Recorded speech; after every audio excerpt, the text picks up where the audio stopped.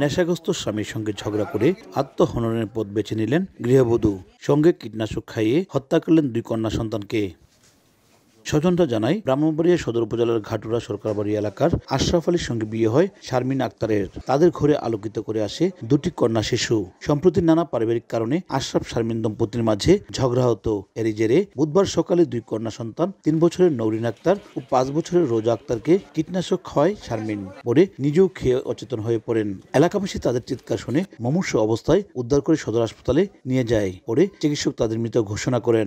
বাচ্চা কিভাবে কি হইলো এটা আমরা বলতে পারবো না, কারণ আমরা রাস্তা থেকে শুনছি এই ধরনের ঘটনা ঘটছে। কিসের জন্য ঘটছে এটা আমরা বলতে পারবো না। সেটা যে আজকে মারা গেল ঘটনাটা 2 বাচ্চা মা, আসলে বিষয়টা একটা দুঃখজনক বিষয় না। যদি এমন কোনো ঘটনা হতো, যদি এমন কোনো ঘটনা স্বামী করতো, সে বাবার বেলা যেতে পারতো গুসা করে, অনেক দূরে যেতে পারতো। এমন ঘটনা করেন 2টা বাচ্চা মারান, এটা কোনো বিচার না। চিকিৎসক জানায়, হাসপাতালে আনার পর শিশু দুটিকে মৃত অবস্থায় পাওয়া যায়। এর অল্প কিছুক্ষণ পর প্রাণ হারায় শিশুদের মা গৃহবধূ শারমিন। আত্মহত্যা না হত্যা ওটা বলতে পারবো না, বাট বিষ পান করেছিল।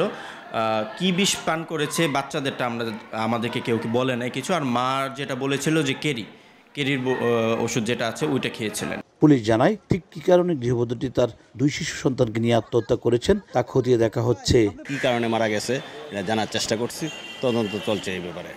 আপাতত প্রাথমিকভাবে ধারণা করা হচ্ছে মহিলা নিজ বাসায় দরজা লাগিয়ে 2 বাচ্চা সহ কেরির বড়ি খেয়ে আত্মহত্যা করিয়াছে। ঘটনার পর থেকে নিহত স্বামী আশরাফ আলী ও তার নিকট স্বজনেরা গা ঢাকা দিয়েছেন।